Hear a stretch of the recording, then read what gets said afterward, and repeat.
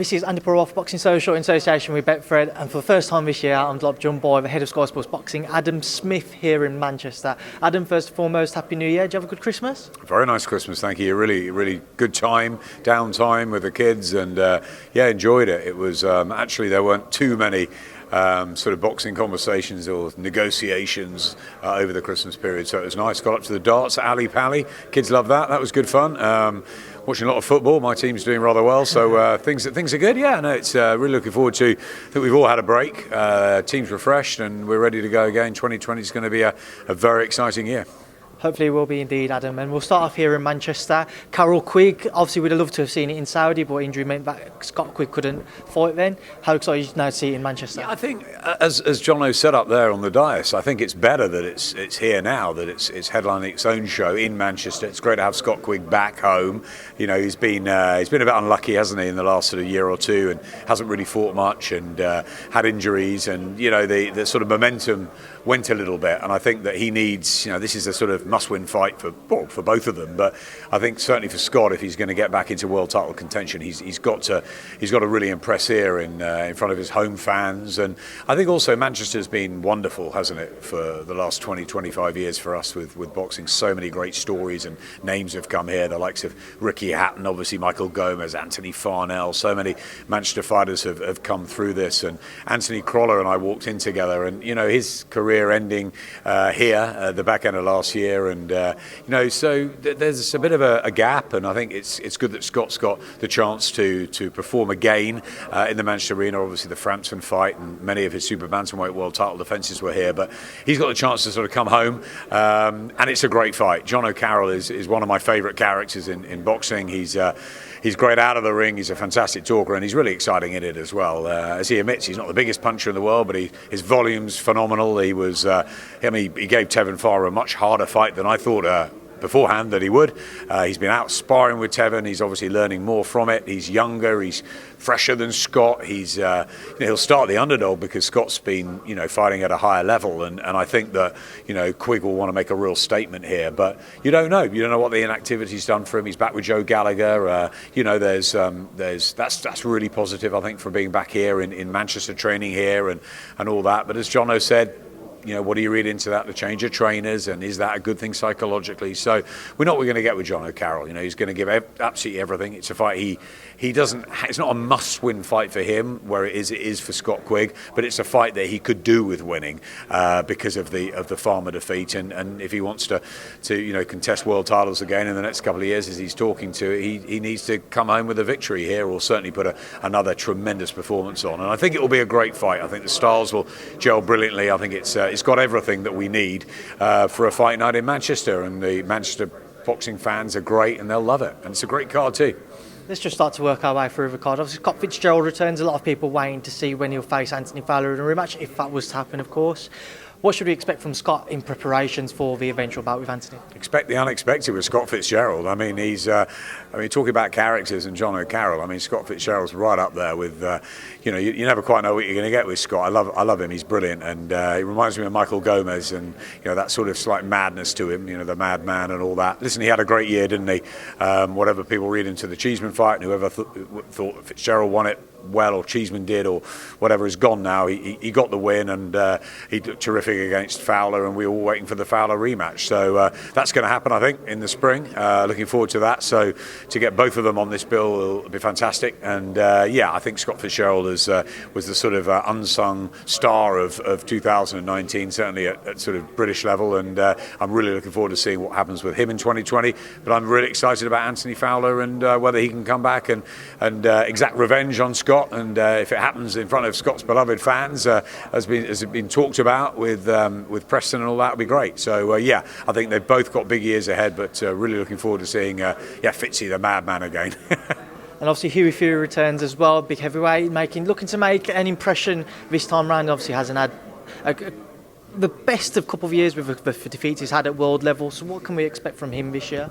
Yeah, his defeats and performances haven't been that exciting from Huey, but it's difficult. He's been pitched in young with all the big names. He was unlucky maybe not to get the win over Parker here in Manchester. Then he went out to Bulgaria. He fought Kubrat Pulev's.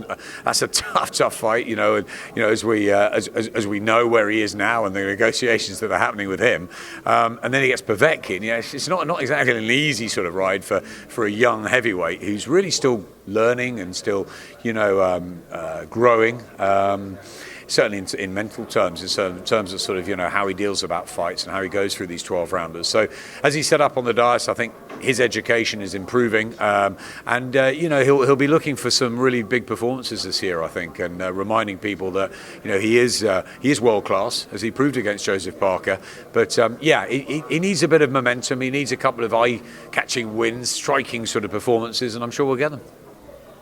Now, just mentioned Pulev there. What is the latest with regards to Anthony Joshua that you know of? Because our sources have told us that the Emirates Stadium has apparently been booked for May 23rd. Can you fill us in on anything?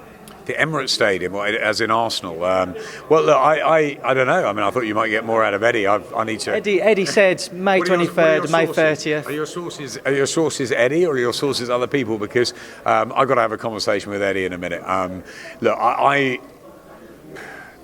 I made no bones of the fact that I want Anthony Joshua to fight in Britain. I want him to come back home with all the belts. I think, well, not all the belts. The WBC is going to be fought in a terrific fight in February with Deontay Wilder and Tyson Fury, of course, which we can't wait for.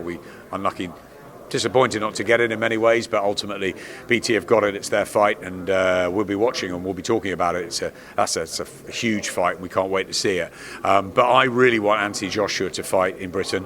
I think that the British fans need him to fight here. He hasn't fought since the Povetkin fight. He's been in America. He's been in Saudi. I think not that he owes it to anyone. He's got to go where the money is. It's a business. But I think Anthony really wants to fight in Britain, and I think his team really want him to fight in Britain. I think Eddie does, and I think I do. So if we can make it work, we will. I went to Spurs the weekend before, or a couple of weeks ago, for the Liverpool game. Obviously, the most important thing is we got 3 points, and we move ever closer to our first Premier League title, and being top of the pile for the first time in 30 years. So that was the most important thing. I took my daughter, and we had a great day from a Liverpool point of view. But there was also another reason for going. I went to look around the Spurs stadium, which I was extremely impressed with. Thought it was fantastic. I hadn't been before. Heard brilliant things. Got a connection with the architect who designed it, with Daniel Levy, and so I'd heard it was unbelievable, and so much work had gone into it. And I had a quick chat with Daniel, and I know they're very, very keen for Anthony Joshua to fight at Spurs.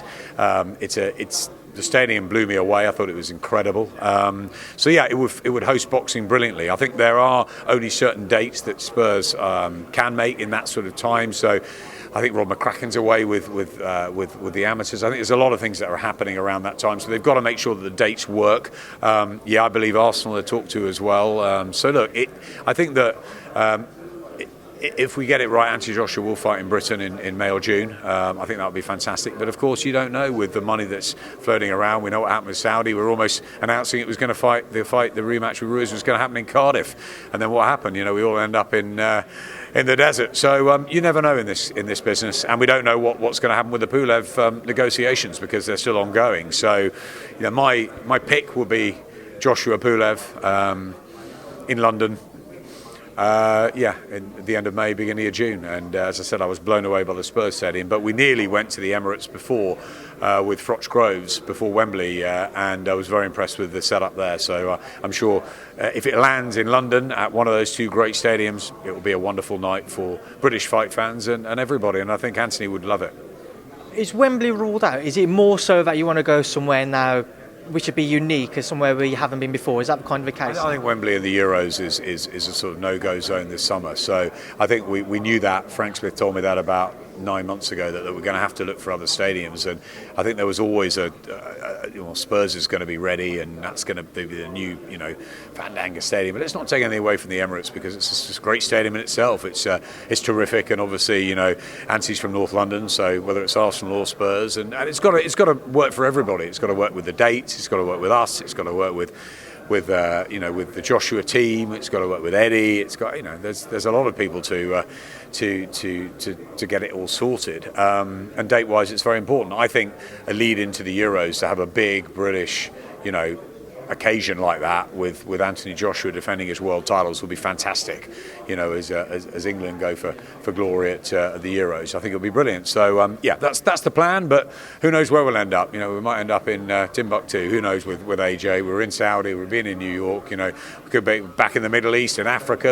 I'm sure there's a lot of people who want to stage that fight, but maybe that will be more for the sort of Wilder or Fury fights. The big fights will go globally, but we'll try very hard to get as many in Britain as possible for the British fight fans.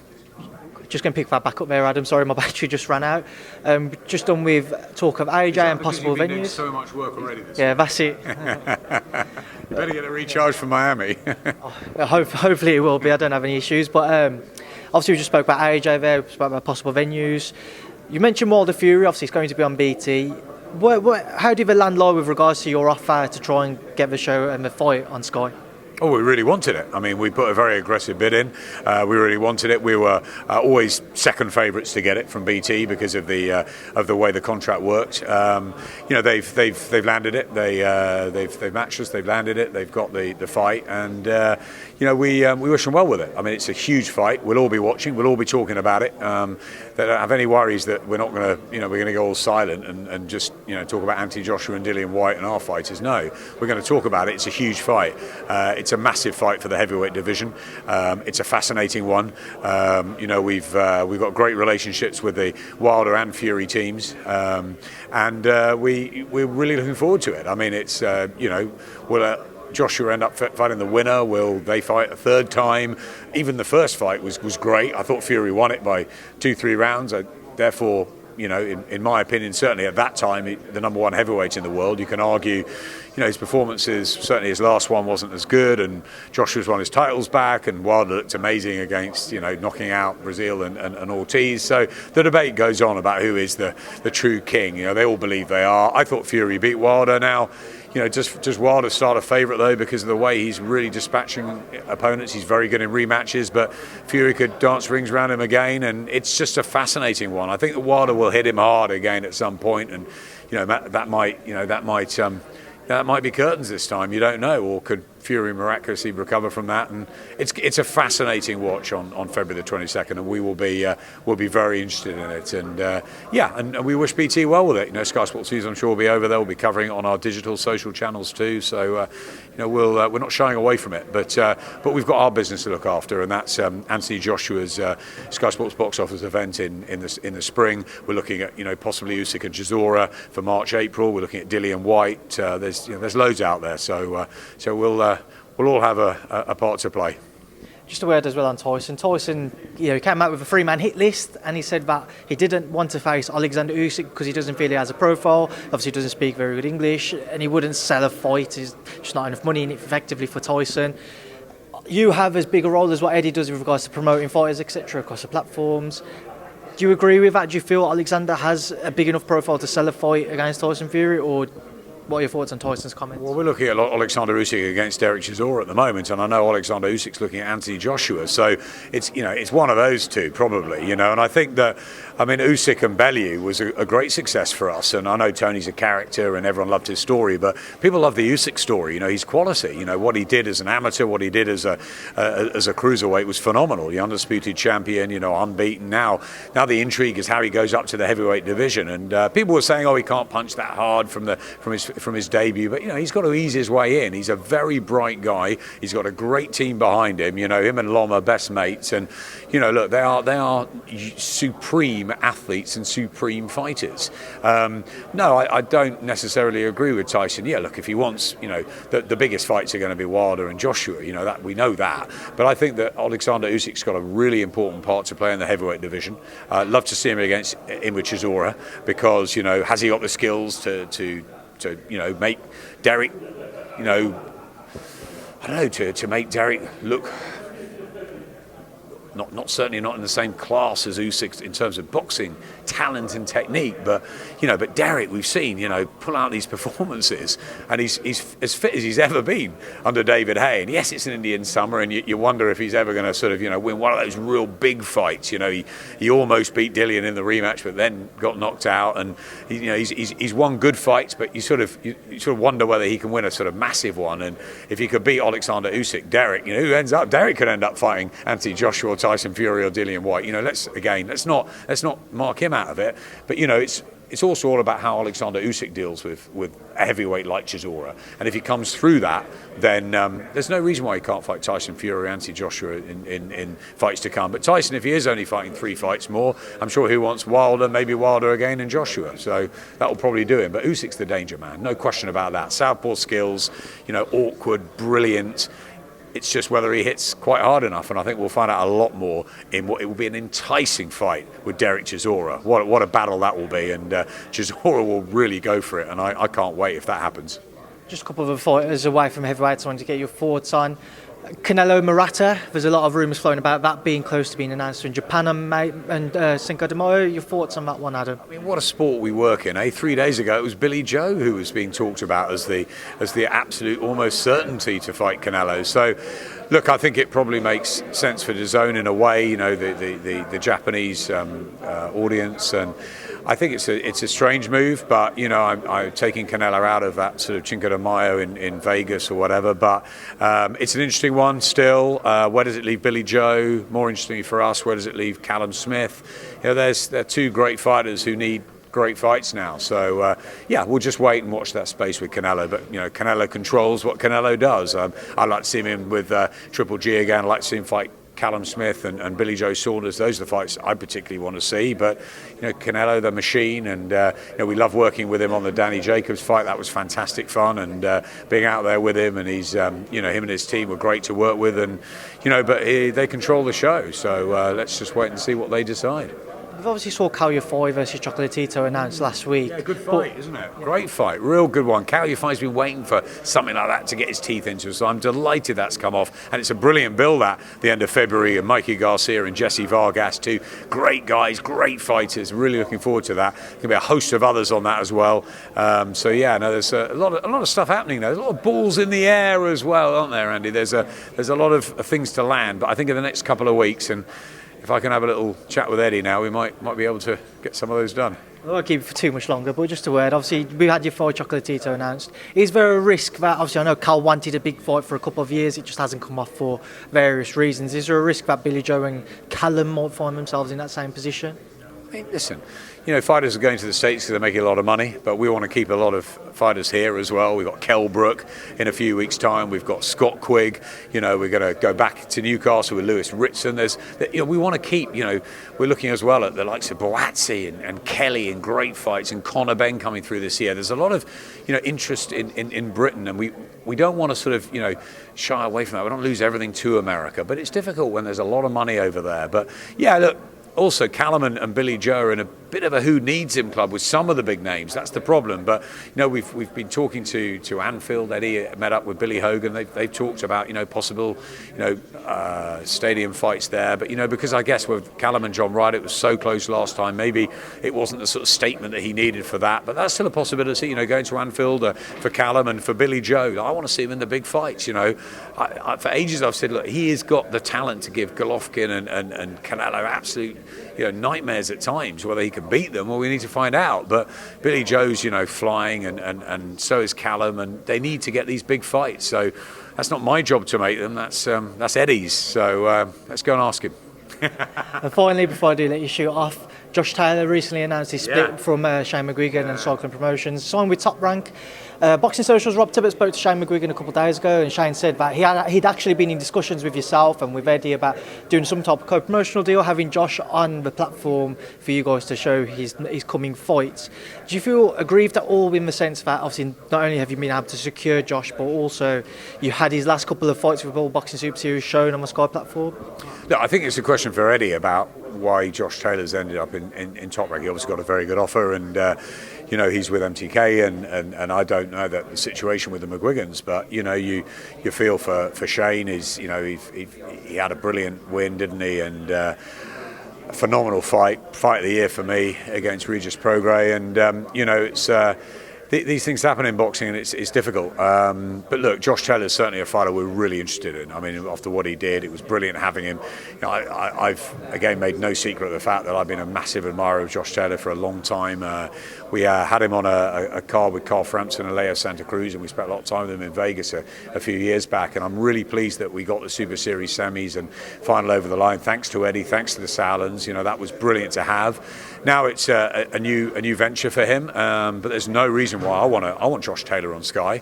So there's no reason why if Eddie can't help make that happen, then we'll do it. Eddie's our promoter, so we want to make sure that happens. And he's not under Eddie's banner, promotional banner, so it's going to be some sort of co-deal, isn't it? But I know I'm sure MTK will be very keen to have it on Sky. I'm sure that Josh will want to fight on Sky, and we're very excited that that he's won the Super Series. He's done brilliantly there, and we want to follow the Josh Taylor story if we can. But I'm sure there'll be other people who want to too. Money talks in this business. But that sounds very encouraging. That that there's talks, and I'll be sitting down with Eddie, and hopefully he can make that happen, and we bring Josh Taylor back to Sky where we all want him. Well, Adam Smith, we'll leave things there because I know you're a busy man. I know you're going to want to shoot off, and you've seen enough of me now. But as always, it's been a pleasure to catch up with you for the first time this year. Thanks for speaking to myself on Boxing Social. No problem, Andy. Anytime. Thank you, Adam.